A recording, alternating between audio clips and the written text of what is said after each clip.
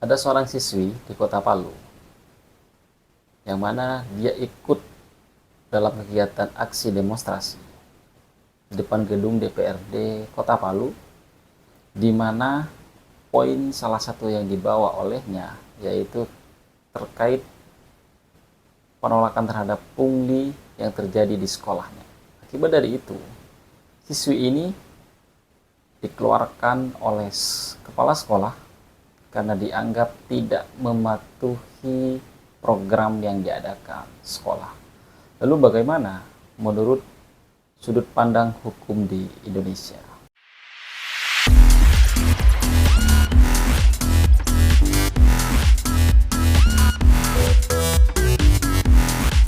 Pertama, saya ingin menyampaikan apresiasi terhadap keberanian siswi ini telah berani untuk membongkar kebobrokan yang ada di sekolahnya, yaitu kegiatan pungli.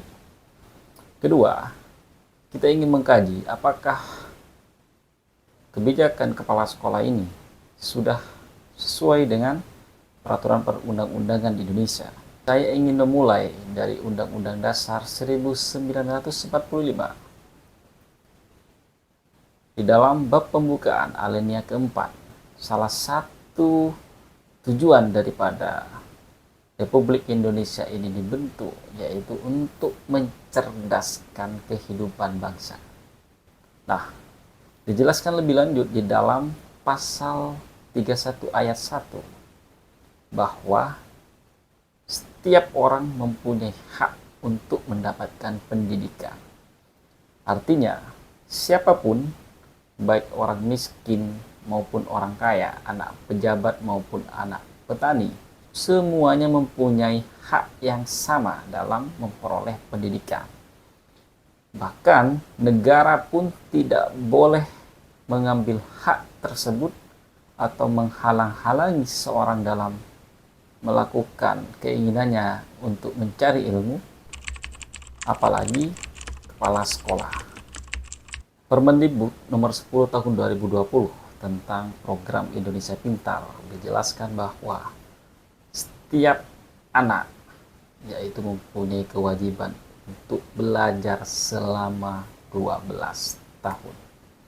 Artinya, setiap anak yang ada di Indonesia, negara menginginkan atau mewajibkan untuk melalui proses belajar di bangku sekolah itu selama 12 tahun.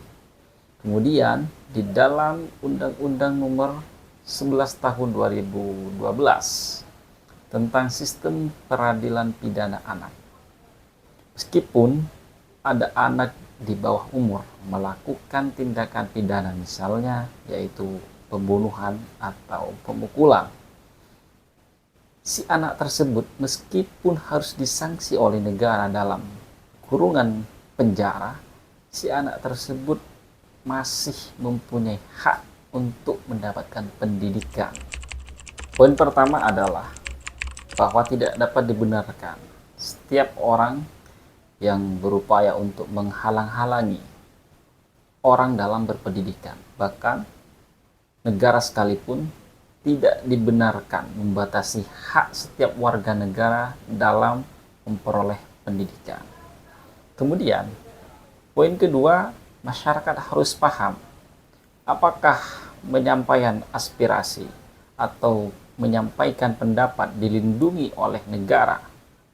Undang-Undang Dasar Republik Indonesia sebagaimana sebagai aturan tertinggi di Indonesia, tepatnya dalam pasal 28E yaitu ayat 3 dijelaskan bahwa setiap orang mempunyai hak kebebasan berserikat, berkumpul, dan menyampaikan pendapat. Artinya, setiap individu atau kelompok, baik itu ormas atau gerakan mahasiswa, bahkan gerakan siswa sebagaimana yang terjadi di Kota Palu ini, semuanya dilindungi atau diberikan kebebasan oleh negara sepanjang tidak melanggar aturan-aturan yang sudah ditentukan di dalam undang-undang.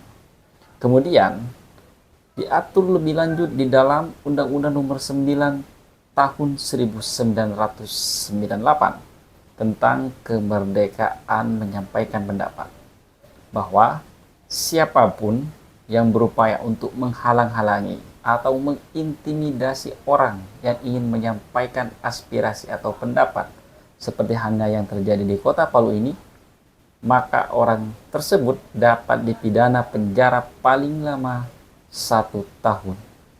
Artinya, mengingat bahwa siswi ini menyampaikan pendapat sesuai dengan regulasi, kemudian membongkar adanya pungli di sekolah, maka seharusnya ini diapresiasi oleh guru atau kepala sekolah.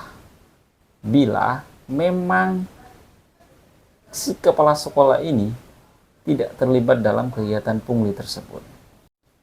Kesimpulannya adalah bahwa setiap orang berhak memperoleh pendidikan. Kemudian, setiap orang atau kelompok mempunyai hak dan kebebasan dalam menyampaikan aspirasi. Entah itu gerakan mahasiswa, gerakan siswa, ataupun ormas, semuanya diberikan kebebasan oleh negara. Maka siapapun yang berupaya untuk mengintimidasi atau yang menghalang-halangi, mereka itu dapat dijerat kurungan penjara paling lama 1 tahun menurut Undang-Undang Nomor 9 Tahun 1998. Kemudian pemerintah atau negara tidak boleh diam atas kejadian di Kota Palu ini. Paling minimal oleh Dinas Pendidikan Kota Palu, kepala sekolah ini dicopot dari jabatannya. Bukan tidak dengan alasan. Pertama, karena pihak sekolah ini sudah berupaya untuk menghalang-halangi seorang siswi dalam mengenyam pendidikan. Poin kedua, kepala sekolah ini sudah dengan terang-terangan mengintimidasi seorang siswi yang berani menyampaikan kebobrokan yang ada di sekolahnya. Poin terakhir, bahwa guru ini sebenarnya dapat dijerat pidana. Sekian video ini. Jika dirasa konten ini bermanfaat, silahkan share untuk kemudian kita sama-sama belajar dan berdiskusi persoalan hukum di Indonesia. Terima kasih dan salam penegakan hukum.